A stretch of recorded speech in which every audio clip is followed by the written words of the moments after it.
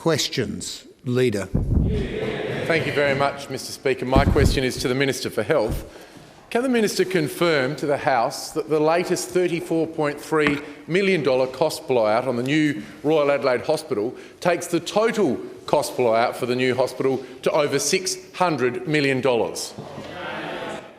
No, I can't, and that's a complete falsehood that's been spread by the opposition. Sir, can the Minister perhaps The member for explain to the Morford House... is called to order. Can the Minister perhaps explain to the House which figure he disagrees with, the original budget or the promise by the government of $1.7 billion or the current projected construction and transition costs of $2.3 billion? Minister. Since the government chose through the tender process on this, the cost has always been $2.1 billion to build this new hospital. That, of course, includes approximately $300 million or $250 million, I think it is, in state works, but $2.1 billion. I announced last week that we had reached a settlement with SAHP with regard to remediation issues and some other issues that have been outstanding between the two, and we had settled that for a cost of $30 million. The total extra $30 million is what we have settled it for. $34 million is what the extra call is on the budget for this settlement as part of the all-encompassing settlement, which means we have a new Adelaide is called to order. Date for the commercial acceptance of the hospital for early July, and we expect to have the hospital open and fully operational in November. I'm more than happy to be talking about our new hospital every single day. More than happy to be talking about our new hospital, and what we see today, Mr Speaker, is an opposition leader who is still fighting the battles of the 2010 election when the member for Hyson was leader. I think you've anticipated it, the debate. The member for Unleash point of order is that it's debate. I uphold the point of order, and I warn the member for Adelaide for the first time, and I call the member for Hartley to order. Member for Newland. My question is to the Minister for Defence Industries. Can the Minister describe to the House the effect of the federal leadership change and cabinet reshuffle on South Australia with regards to your portfolio responsibilities and in particular the submarine procurement? Thank you, Mr Speaker, and they're a bit touchy. I thank the honourable member for his question. Because I congratulate the Honourable Malcolm Turnbull on his rise to the office of Prime Minister and welcome the opportunity to refresh national consideration on the procurement of future submarines. There is no single matter in the federal sphere more important to South Australia right now than committing the nation to a local build of this $50 billion procurement of submarines, and with it the procurement of frigates. South Australia has a strong record of backing the national effort with its $300 million investment in Techport Australia, now the hub of naval shipbuilding. I trust the new Prime Minister understands this, but will continue to press the case. The state government has already written to the new Defence Minister, Senator Marise Payne, congratulating her on her new role and advising just how important it is that the future submarine build happens right here in South Australia. Minister Payne has wide experience in defence, having chaired the Senate Defence Committee and the Senate inquiry into counter-terrorist legislation. The South Australian government has argued a strident case for a local build of submarines. Economic research commissioned by the Economic Development Board and technical assessments of international options, including Japan, France, Germany and others, has ensured that more than one option is considered.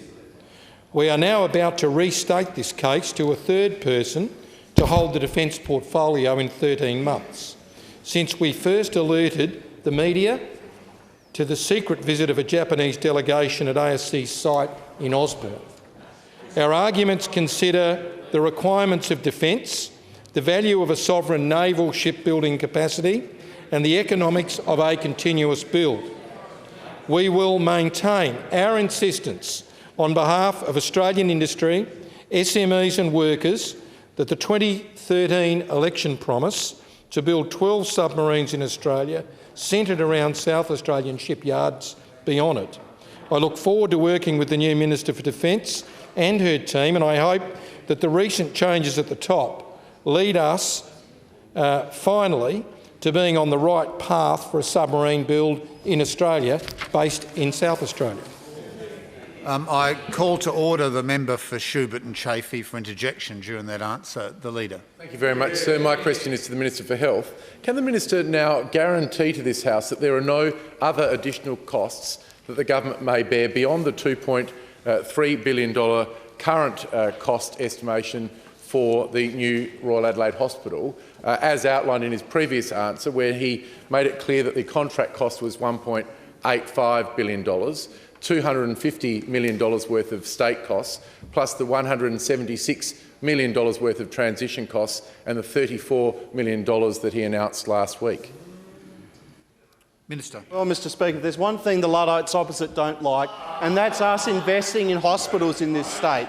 They hate every single dollar we invest in hospitals in this state. Point of order, member for Stewart. The Minister has immediately started debating the substance of the question. Yes, I uphold the point of order. Mr Speaker, certainly it's not my expectation. Leader. Thank you very much. Can the Minister confirm that the total contract cost for the new Royal Adelaide Hospital will in fact be approximately $12 billion over the next 30 years, making it one of the most expensive hospitals in the history of the world? If you want to The member for Carville is called to order. If you want to add up what we pay in service payments over the next 35 years, which is the length of the contract, yes, it's a large number. It's over 35 years. It consists of the cost of obviously the building itself, the maintenance of building, and as well the non-clinical services in that. And yes, of course, it's a very large figure because it's providing a quaternary hospital in this state, state-of-the-art, over the next 35 years. And as I said before, don't the opposition hate us building new hospitals? Supplementary, sir. Supplementary. Can the Minister confirm that the contract is for 35 years? Yeah, I'll double check, but yes, my understanding is 35 years. The member for Wright. Thank you, sir. So my question is to the Treasurer. Will the Treasurer update the House on the prospects for meaningful tax reform following the recent changes to the federal cabinet? Treasurer. Thank you very much, Mr Speaker. I'd like to thank the member for Wright for her question and a keen interest in tax reform. We remain committed to engaging in a serious and balanced discussions about how to best create a stronger nation with a fairer, equitable and competitive tax regime. Mr Speaker, members would be aware that the state government has already undertaken a comprehensive process that has delivered the largest package of tax cuts in the state's history. Earlier this year, we embarked on a review of our state's tax system. We released a discussion paper to encourage community involvement. We held a series of public forums in both metro and regional South Australia. We made sure that we talked to the community, industry, all of South Australia about how we could best shape our state's tax system. And Mr Speaker, the overwhelming feedback was received that we had to remove those taxes that were an impediment to business growth. We needed to create a system that was free of inefficiencies, rewarded effort and encouraged rather than hindered economic activity. Mr Speaker, the outcome of the review resulted in a series of recommendations that will have a profound and lasting impact on our economy. However, Mr Speaker, we know we must do more. We must continue our work. Order. We must continue our work with the Commonwealth to redefine the nation's tax system to ensure our state and our country's long-term prosperity. Mr Speaker, the recent change of leader and subsequent cabinet reshuffles mean it's now more important that we continue these vital discussions. Both the Premier and I have already pursued at a national level the importance of appropriate taxation of online betting agencies. This was raised during the South Australian tax review both by industry and the concerned sector, and it's not about revenue but about competitive neutrality and harm minimisation. South Australia will continue to push for appropriate taxation arrangements for both traditional online wagering operators that could even the playing field and increase tax neutrality, it's also important that all online wagering operators pay their fair share towards harm minimisation, which includes measures to address problem gambling. Mr Speaker, the single biggest imperative for tax reform is the urgent need to address Australia's health funding. Of all the areas in which government spends money, health is the one that will demand the most attention and careful management in the years ahead. The increasing costs of health and hospital services is more than any of the states and territories can handle under the current tax and grant revenue regime. New Assistant Treasurer, the Honourable Kelly O'Dwyer, has been described as a Minister for Tax Reform, and it is certainly something we would like to see on this side of the House. So, Mr Speaker, we say to the Commonwealth Government, talk to us about the future of this nation, talk to the people of South Australia about how they'll be best served by working together to deliver outcomes, not through arbitrary cuts. We remain committed to a process of real dialogue and practical reform that will result in practical long-term reform for the South Australian and Australian economies. I look forward to working with the new Turnbull Cabinet, especially Treasurer Scott Morrison and Assistant Treasurer Kelly O'Dwyer, as together we seek to engage in a serious and balanced discussion about how best to create a stronger nation with a fair, equitable and competitive tax regime. Leader. Thank you very much. My question is to the Minister for Health. Can the Minister confirm that the total cost can the Minister confirm that not one single doctor or nurse will be provided in the $12 billion price tag for the new Royal Adelaide Hospital? Minister. Well, the Leader of the Opposition's rabbiting on about this $12 billion figure. I mean, it's just complete and utter nonsense. The member for Adelaide is warned for the second and final time. If we spend in today's dollars $5 billion over 30 or 35 years, that's $150 billion. That's the health budget over the next 30 years that we'll spend. And that's just in today's dollars. So you can escalate that. It'd probably be well over $200 billion or more, probably even greater than that, if you want to escalate it. So let's cease this nonsense. This nonsense of these made-up figures that the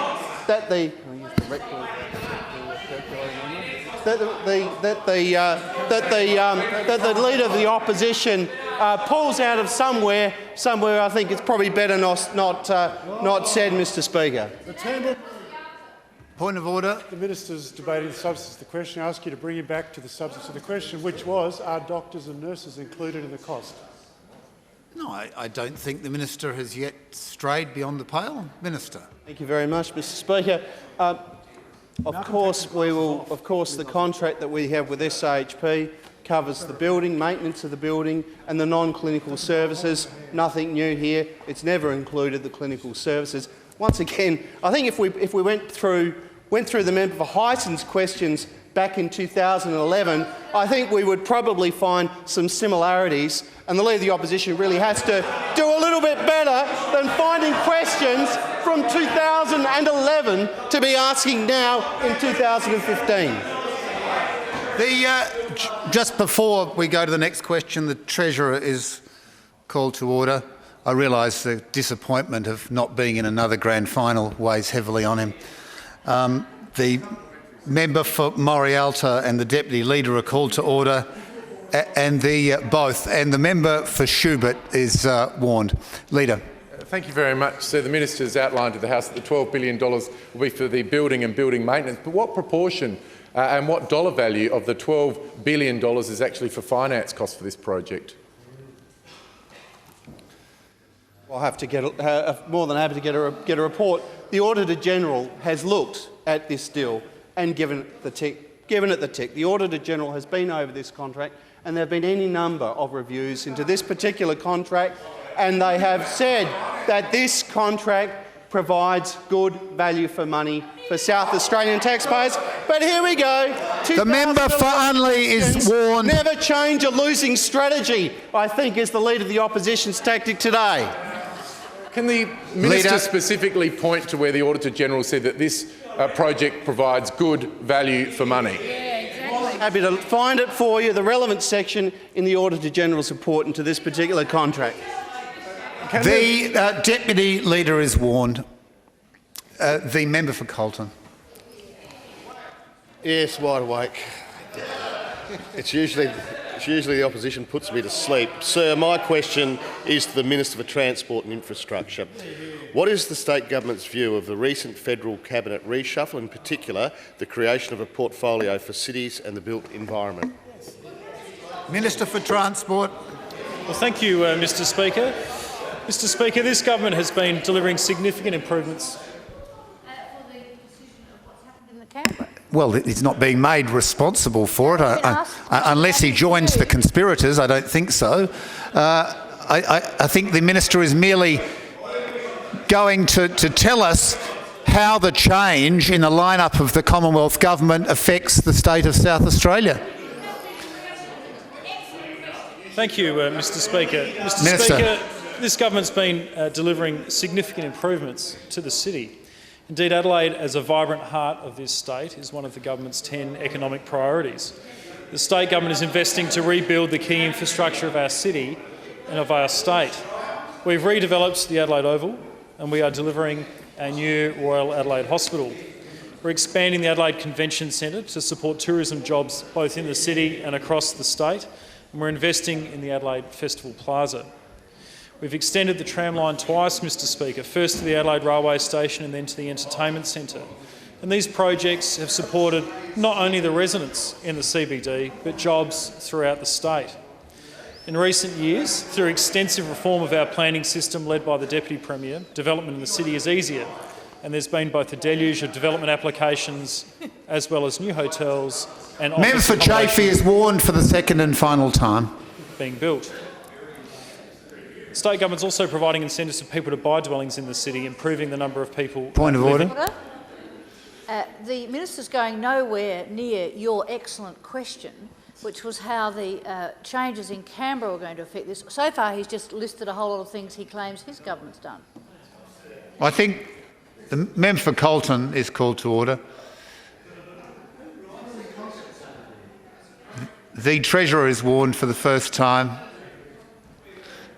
The Minister, I can feel it, is approaching the topic. I'm getting close, Mr Speaker. It's the vibe. Yeah. The South Australian small bars legislation, the revitalisation of the Riverbank precinct, perfectly demonstrates the kind of vibrant culture promoted by our new Prime Minister. We've clearly laid out a vision for both the city and the state with the integrated transport and land use plan, outlining a long menu of key projects over the next 30 years. And we've also worked closely with federal governments, Mr Speaker, of both political persuasions on delivering major public and road transport projects. I mentioned earlier, together with the Honourable Jamie Briggs, formerly Assistant Minister for Infrastructure, we've delivered vital funding to the Torrens to Torrens project and the Darlington upgrade, and most recently the Northern Connector. And we've worked with the former federal Labor government to deliver the Seaford Rail Extension electrification and proceeded with the revitalisation of our rail network. But of course, Mr Speaker, there's much more to do. The state government will continue our record investment in our public transport network and in the road network. We will continue with these projects and initiatives literally changing the look and feel of our city. Our new Prime Minister has stated this week that infrastructure projects should be delivered objectively and rationally on their merits, and the South Australian Government wholeheartedly agrees, Mr Speaker. I look forward to working with the new federal cabinet and watching it engage with the states on many key developments in our cities across the nation, and working collaboratively with the Minister for Cities and the Built Environment. I'm optimistic that the productive working relationship will continue. When the government is formulating questions to ask itself, they might take closer order with the answers. The leader. Thank you, sir. My question is to the Minister for Health. Can the Minister confirm to the House what the annual charge to taxpayers will be for the new Royal Adelaide Hospital? Minister. It's roughly $350 million a year, but I can get the exact figure and get it back to the Leader of the Opposition. Parliamentary, sir. What proportion of this 350, sometimes reported as $396 million per year, are finance costs? Minister. I better get a breakdown of those figures and get them back to the Leader of the Opposition.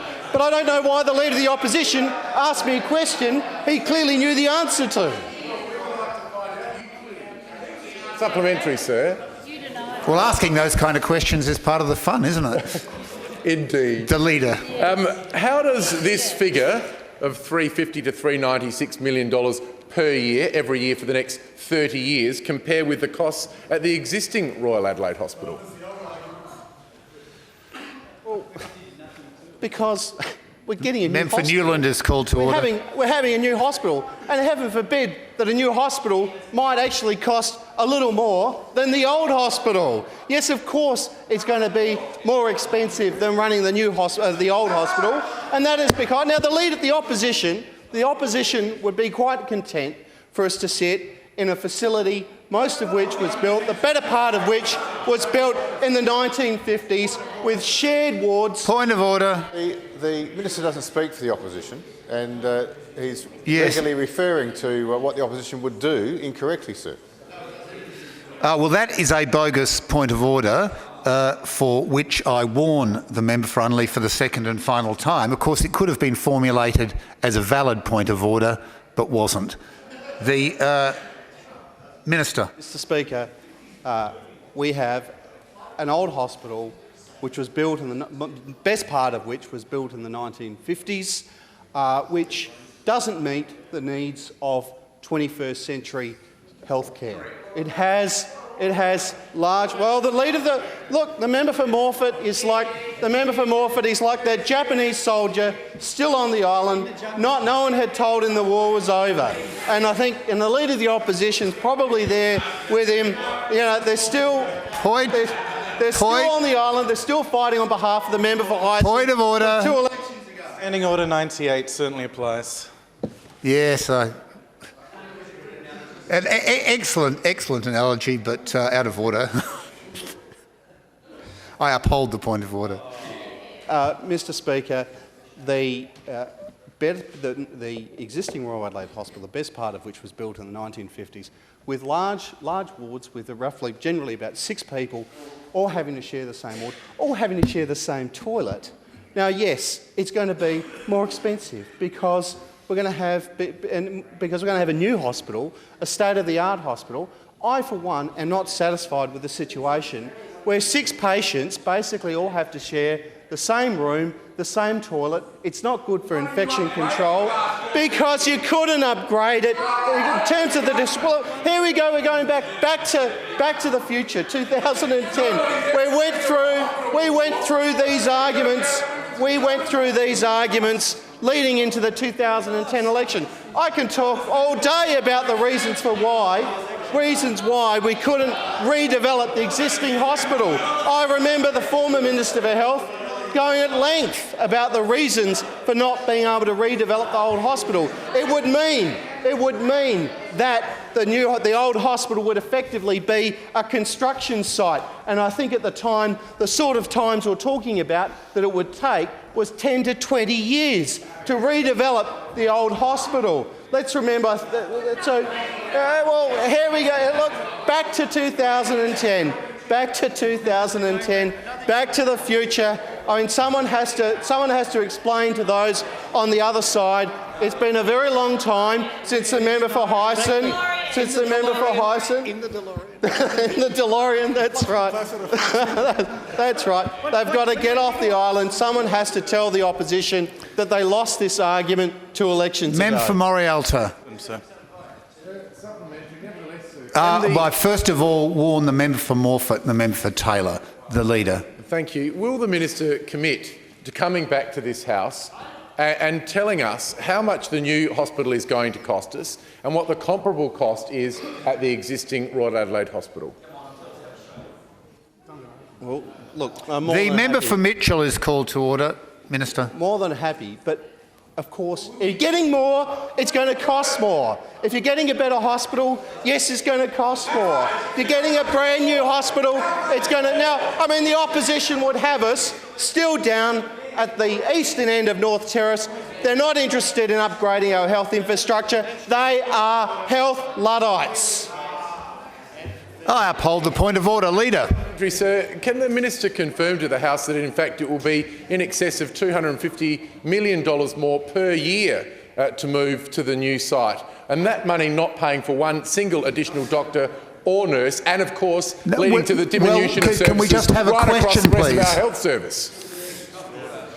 The leader is seriously out of order in using a question to make an impromptu speech.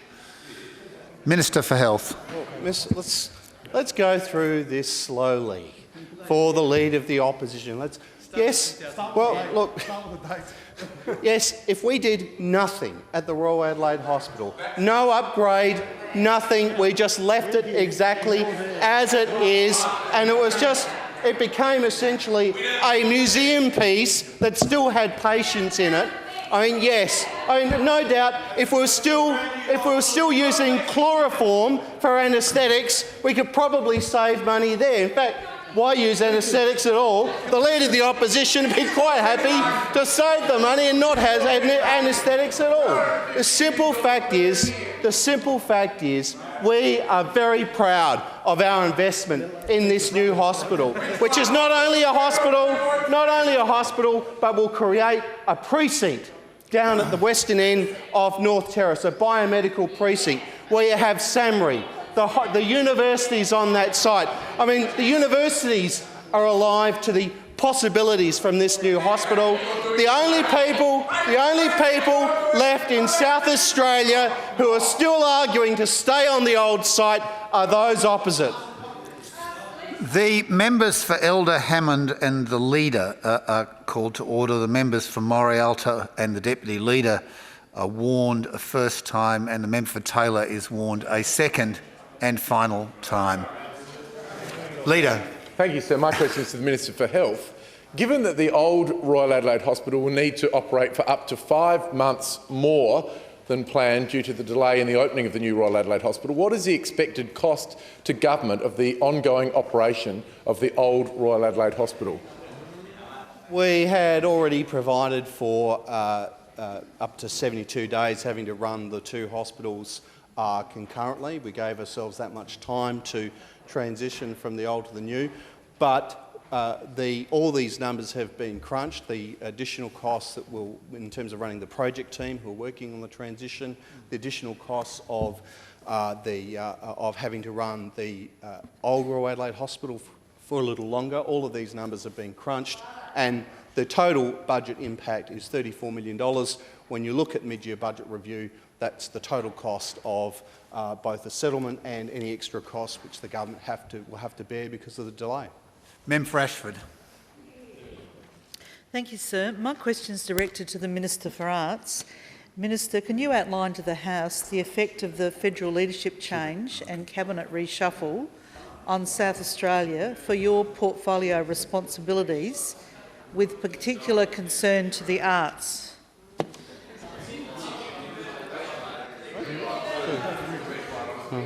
Minister. Mr Speaker, can I thank the member for Ashford for her question, and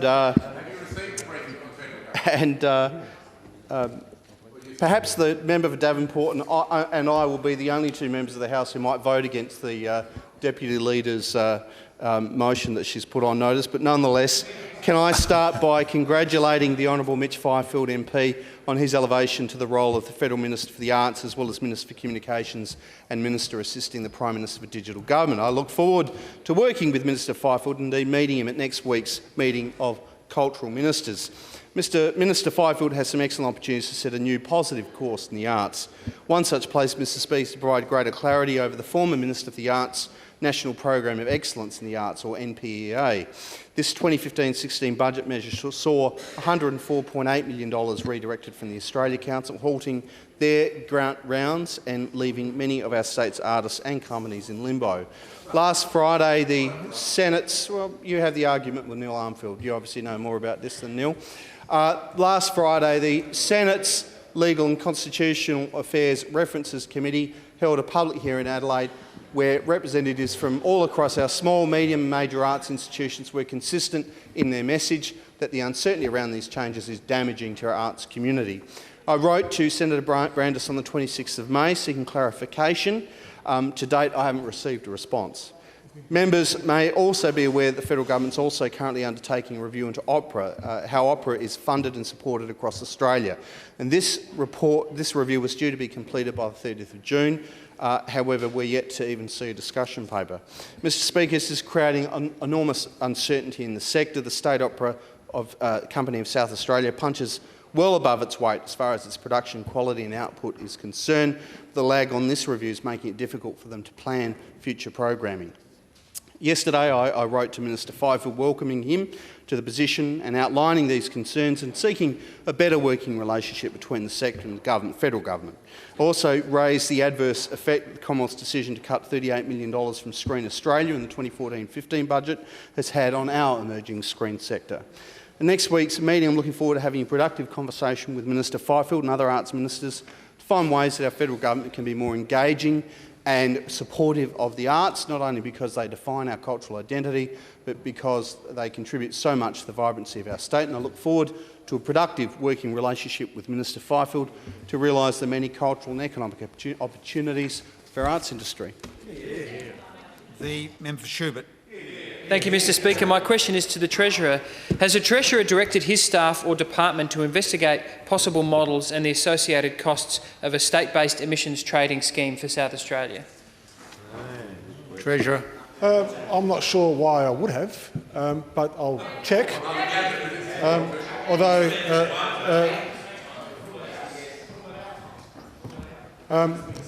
Prime Minister Turnbull has quite an affection for emission trading schemes.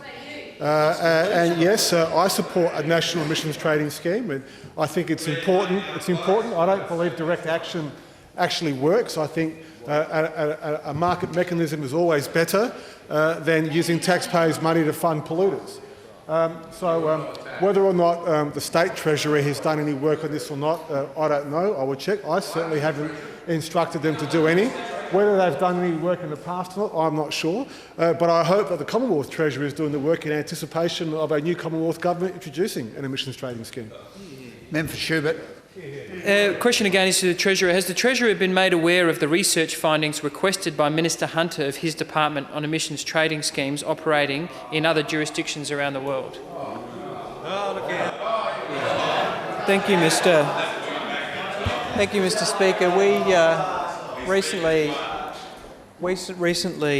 we released a carbon reduction strategy which has been published. It's the product of some work that was done under a Cabinet committee that I chair that includes the Treasurer and the Minister for the Environment. And we are proud of the fact that South Australia is playing a leadership role at a national level in relation to tackling climate change, and and we, as the Treasurer just said, we support an emissions trading scheme.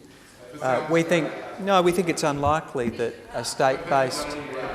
We think it is unlikely that a state-based. Would the person in the gallery who is using flash photography leave forthwith? Mr Speaker, we think that a state-based emissions trading scheme is unlikely. Could the attendants remove that person from the gallery? Mr Speaker, we think a state-based emissions trading scheme is unlikely to be successful or even possible. Frankly, there are some very substantial constitutional barriers which would prevent us from introducing such a scheme. But look, let's be leaving aside all of the political corners into which people get on this debate. Let's just speak a little bit openly and honestly about this. Any consideration of an externality which is not capable of being priced into a product is best met through ensuring that that externality can be built into the pricing system. That's what people mean by putting a price on carbon, because the market mechanism essentially fails because it doesn't price in all of the costs associated with carbon pollution. Now, this is... Point of order. Question was very specific. That is, whether he's aware of the research done by Minister Hunter's office. We don't need a speech on That's not a point of order. Oh, it's relevant. Speaker, it is important to, I think, speak frankly about this issue and get some honesty into this debate. Because when people honestly apply themselves to this matter, what you get is an overwhelming consensus amongst the overwhelming number of people that have considered this issue. It caused, of course, Margaret Thatcher to agree that there needed to be a response to climate change. It caused Prime Minister Howard to reach the conclusion there needed to be a market-based mechanism response to climate change. It caused the present Prime Minister to reach the conclusion that there needs to be a market-based mechanism to address the question of carbon pollution and climate change. So the South Australian Government is a strong supporter of market-based mechanisms to put a price on carbon. It is the most efficient way of ensuring that we reduce carbon pollution in our atmosphere, which is a threat, of course, to the nation and indeed the world. And we will continue to play a leadership role in that regard.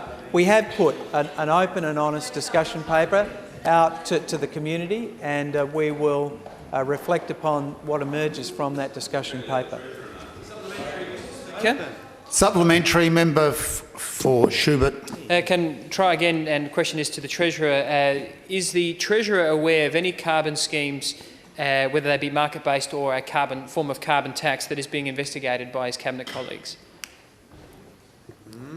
No further than to repeat what I've said. We have a discussion paper which I'm sure the honourable member can find using on that newfangled device he has in front of him.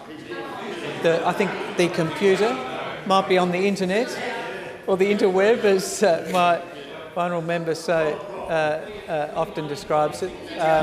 It's there to elicit an open debate about how we respond to climate change. If those opposite want to engage in this debate in an open and honest fashion, they might consult their neoliberal principles and promote a market-based mechanism for dealing with climate change and carbon pollution. The member for Rennell. Thank you, Mr Speaker. My question is to the Minister for Agriculture, Food and Fisheries. Minister, can you outline to the House the effect of the federal leadership change and cabinet reshuffle on the South Australian agricultural sector, with particular regard to water infrastructure? Yes, right in front of him. I mean, Barnaby's a ripper. We like Barnaby. Thank you, Mr Speaker. And I'd like to begin by congratulating the Premier for the important role he played in the leadership change in Canberra last week. Because here is a person who will stick up for South Australia and go into bat. And we can rest assured that many of those changes that have been made to the federal lineup are due to our Premier and the hard line that he's taken in the past 18 months. He's been there. When you guys were happy with the status quo, you were happy with the Prime Minister Abbott telling us we couldn't have this and we couldn't have that. It was our Premier who stood up to Canberra. Point of order, member for Finnis. Minister, point of order. Relevant, sir.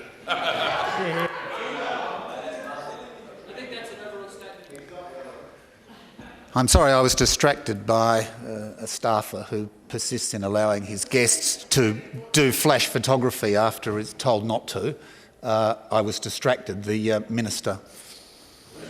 Thank you very much, Mr Speaker. I was just congratulating the Premier on the important role that he played in the historic changes that happened in Canberra last week, because here's a man who stands up for South Australia. Here's a man who wasn't happy with the enemies within the state, within the Liberal Party here in South Australia, who were sitting around the cabinet table, who were dealing us out of everything that could create jobs and economic growth in this state.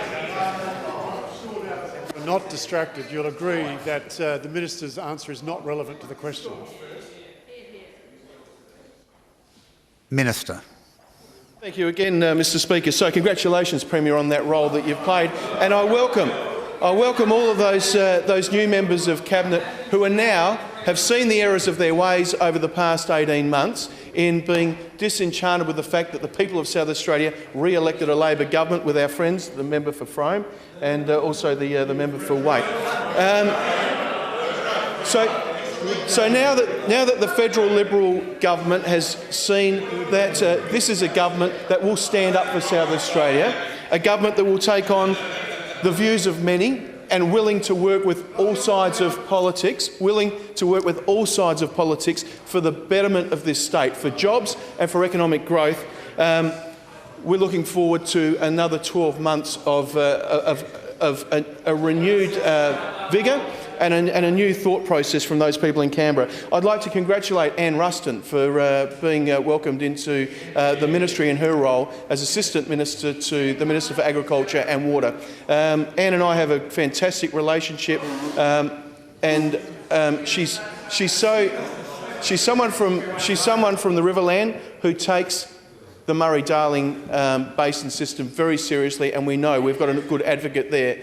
I want to thank Barnaby Joyce for the tremendous work that we've been able to do together across agriculture in the past 18 months, and I think the two of them will work very well. Barnaby's view on water is that he likes to put the big hat on, start the D9 up, and as long as there's no frogs and lizards in the way, and if there are, don't say anything about them, and dig big dams, preferably in the north of the state, in the north of the country. Point of order. Debate. Barnaby, the Minister for Agriculture, doesn't own a bulldozer and doesn't get on bulldozers to push frogs out of the way. Well, that's...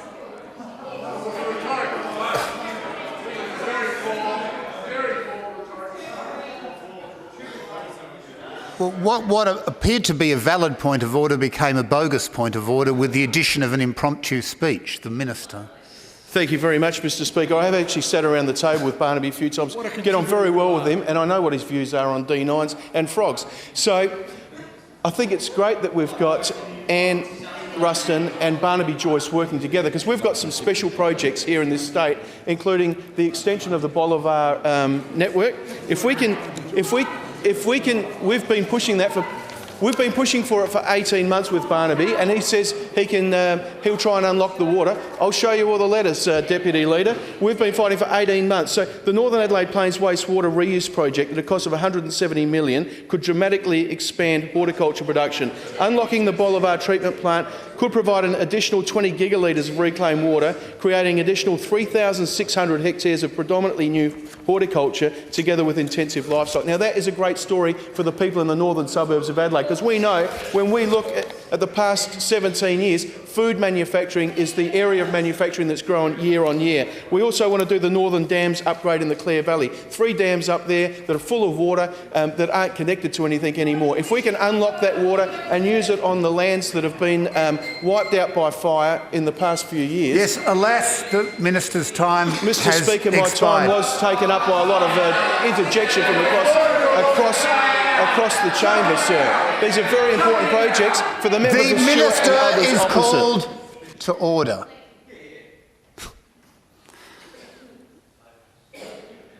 The member for Morphett. Thank you, Mr Speaker. I've just straightened my jacket and tie for the photographer up there. I'm sorry? I've just straightened my jacket and tie for the young lady photographer. Not one of ours, sir. Not one of ours. My question is to the Minister for Disabilities, Mr Speaker.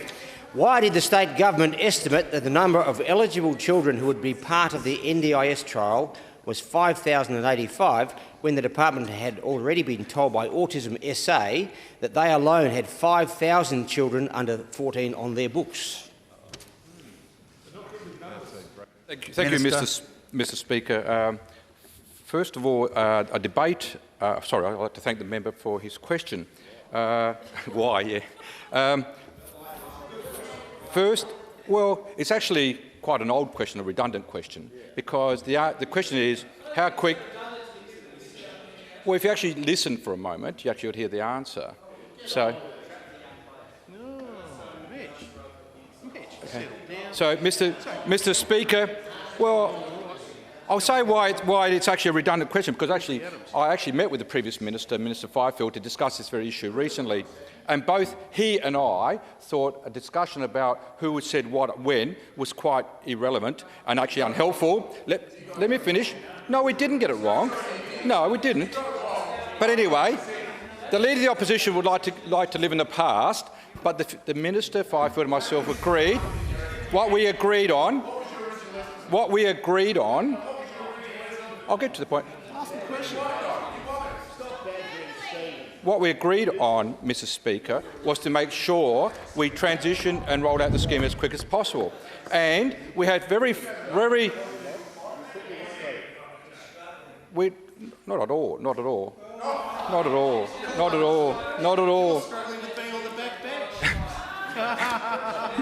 The Minister for Health is called to order.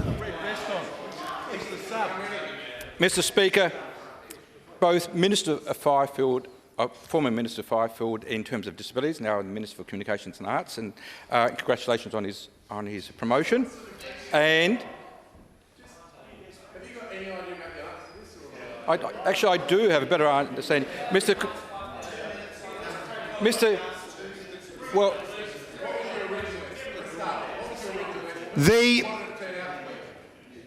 the Minister will not respond to interjections by silence.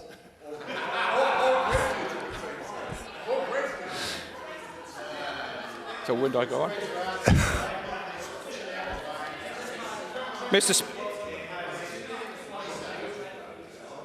Mr. Speaker, the question which comes to me from the parents of children with disabilities and the carers, and the Deputy Leader is warned for the second and final time. Is that what they want, both the Commonwealth and state government, is to actually implement the scheme. And my discussions with Minister Fifield recently made it very clear that we're both committed to introducing the scheme, rolling out the scheme quickly. And he and both I, let me finish, I'll get to your question. He and I both agree the most important thing now is to look after the children.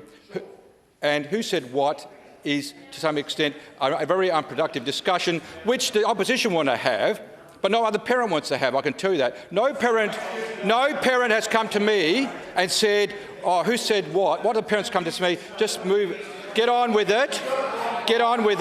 No, we didn't get it wrong. So,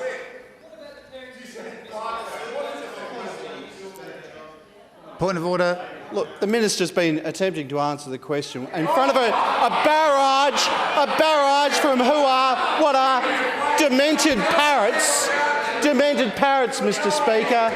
I ask you to call them to order. The Minister for Health will withdraw the term demented parrots. I withdraw, sir. Nevertheless, the interjections on my left will cease, particularly from the Leader and the member for Adelaide, who is already on 2 warnings. The Minister will be heard in silence. Minister. Thank you, Mr. Speaker. Mr. Speaker, so we are obviously, and I've actually had the opportunity to actually also speak to the new minister. Both he and I agree is that what we need to do is just implement the scheme, and which we'll do. And on the issue of the numbers, half minutes, first insulting the opposition for the question and then explaining the insult, and he has not yet remotely gone to the substance of the question. The member for Morialta will withdraw from the chamber for a patently bogus point of order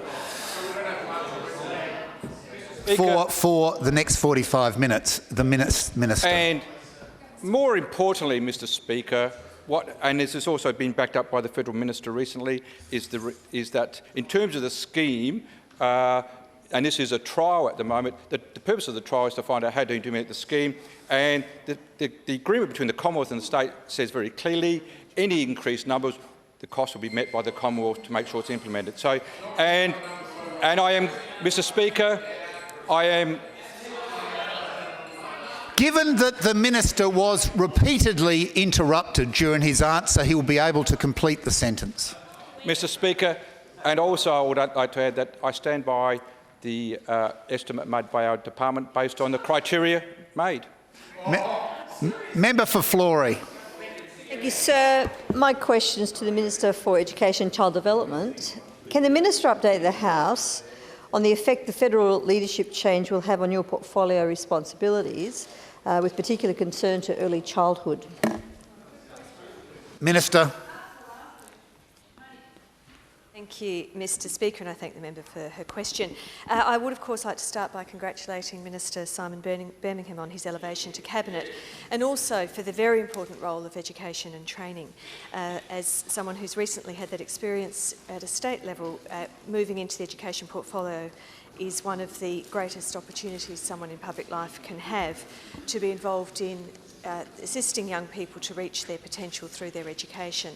I'm also extremely hopeful that Minister Birmingham will take a more consultative and engaging process to education than I've experienced to date. Mr Speaker, the member has specifically asked about early childhood, and of course in South Australia, led indeed by our Premier from the time when he held this role, we have long seen the importance of investing in early childhood. We have been a leader in this country in not only investing but also in elevating the subject of early childhood development, the importance of it for families. We had obviously the late Dr Fraser Mustard, the former Adelaide thinker in residence, who pointed out, as members who have paid attention will recall, that every dollar government spends supporting the development of children saves between $4 and $8 in the longer term. Our government has always been focused on early childhood, and as members will be aware, we've not only increased our investment, we are also building children's centres. We have 42 already and another 5 are in process. What I'm pleased about in seeing the changes at the federal level is not only the elevation of Minister Birmingham, but also the addition of early childhood into the education portfolio. It was in the wrong place, being treated as either welfare or a way of dealing with a work entitlement for parents. What early childhood is all about is starting the education journey as early as possible, and to move it into education and training shows that they've paid attention perhaps to what we're doing in South Australia. Our Premier has been not only leading since the time he held my position, but also more recently in the COAG process, in the reform of federation process, in taking the leadership role, in looking at the role of early childhood and the way in which we can really get more kids into preschool and even younger earlier, and also picking up the way in which parents interact with their children from the very beginning to make sure that their needs are being met, their developmental needs are being met. So I look forward to meeting with Minister Birmingham as soon as possible to discuss these matters, and I will of course be raising the question of the Years 5 and 6 Gonski funding when I do so. Yeah, sure. Mr Speaker. Could I ask the Minister, in light of her visit to the Gillies Plains outdoor area, how she sees those sorts of areas fitting into the future? Minister. Members will be aware that the government made a commitment to investing in nature play outdoor learning spaces for preschools and children's centres, and I was very pleased to go and visit Wandana last week. Preschool to see the site that they've developed. What's so important about what's happening there is that you get the community engaged in the design of the play space outside for the kids. So the community is seeing in their schools the expression of what they want to see for their children, which is in itself an absolutely fantastic community building initiative. What's also important, though, is that you're having children engaging outside, not in the old-fashioned way of very rigid play structures, but in play spaces that are constructed to allow children's imagination to run free. There is very strong evidence that children being able to be in uneven, wonky play spaces with loose pieces without rules not only improves their physicality, their balance, but also their brains. It is absolutely essential for fully developing their neural pathways, that they're able to interact in those ways. And of course there's the additional benefit that they are learning to respect, love and cherish nature, and we certainly need the next generation to be paying more attention to the planet than previous generations have. The member for Morphett. Thank you, Mr Speaker. My question is to the Minister for Emergency Services. What plans has the government put in place to replace the 200 MFS firefighters who are likely to retire in the next year or so now that the superannuation has recovered from the GFC?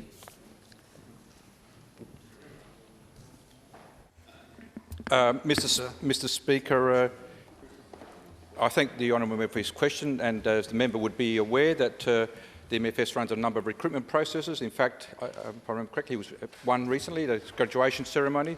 So I have the confidence of the Chief Officer to make sure that as he requires new recruits, they'll be trained and available for work. Supplementary, Mr. Speaker. Part of the firefighters that are planned to retire, are there plans to force the retirement of over 50 firefighters because they are allegedly unfit or overweight? Minister. Thank you, Mr. Speaker. I thank you for your. Thank you. I thank the honourable member for his question. I'm not aware that what the member has talked about is consistent with the enterprise agreement, so I really can't confirm that. Member for Torrens. Thank you, Mr. Speaker. My question is to the Minister for Disabilities. Can the Minister update the House on the full rollout of the National Disability Insurance Scheme in South Australia? Minister. Thank you, Mr. Speaker, and I thank the member for her question.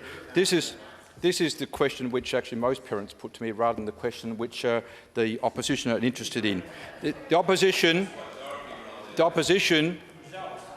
That's exactly right, and that's what we're talking about, results. That's right, and Mr. Speaker, that I can advise the House that the NDIS scheme in South Australia is now in its third year. The NDIA latest quarterly report tells us that there are 4,660 children in South Australia with approved plans, equating to 99% of South Australia's bilateral target. In fact, Mr.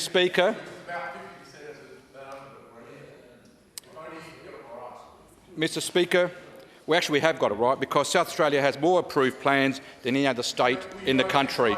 So we actually are, in terms of transitioning our children to the national scheme to make sure that more people benefit from the national scheme, we actually are leading the country in that regard. So that is a record I'm proud of. Mr. Speaker, this is changing the lives of children living with disability, their families and carers. However, Mr. Speaker, some of the good news has been lost in the public debate amongst some about the ongoing participant numbers. That in itself, as the previous minister and I agreed, has been an unhelpful commentary and a distraction from the main game, which is actually rolling out the real scheme. Mr. Speaker, just as recently as the weekend, the former Assistant Minister for Disabilities was quoted in The Australian saying, "The Australian government has committed to bearing 100% of the risk of higher than expected costs during the trial." This comment, Mr. Speaker, shows that the issue of the numbers of participants has moved on into the past, and that both the Commonwealth and state governments are keen to finalise the trial and transition to full scheme. The 2013-14 state budget set out South Australia's full disability funding commitment over 7 years in preparation of the full commencement of the scheme. At full scheme, Mr. Speaker, the state government contribution will rise to $723 million, with a Commonwealth contribution to the South Australian scheme of around $760 million. In total, the full South Australian scheme will be funded by $1.483 billion. Mr. Speaker, while welcoming the news that the Commonwealth Government has signed NDIS or rolled out agreements with Victoria and New South Wales, I am keen, obviously, to be the next cab off the rank to sign with the Commonwealth, and that when fully operational, the NDIS scheme will include every eligible South Australian with a disability under the age of 65 and will benefit more than 32,000 people. Mr. Speaker, I have a very positive working relationship with the former Minister, the Honourable Mitch Fifield, and I congratulate him on his recent promotion.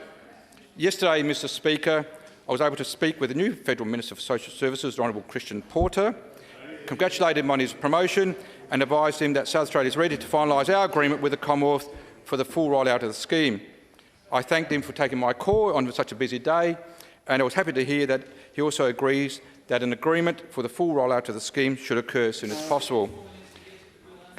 In closing, Mr. Speaker, I would like to extend my best wishes to Christian and his wife Jennifer on their imminent birth of their first child today, and look forward to meeting him in the future. Member for Morphett.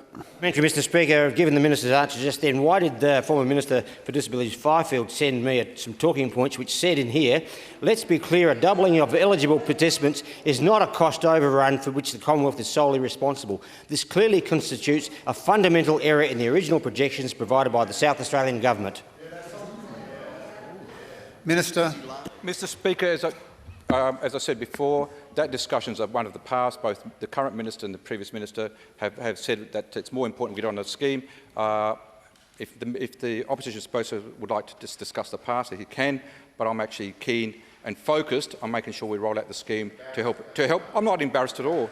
No, I'm not embarrassed about I'm not at all. In fact, it was a Labor government. The member for Unley will withdraw for the next hour. Mr Speaker, I'm not embarrassed at all. It was a Labor government which introduced the scheme. It was a Labor state government which actually was the first to sign up, so I'm not embarrassed at all. You should be, by the way you're carrying on today.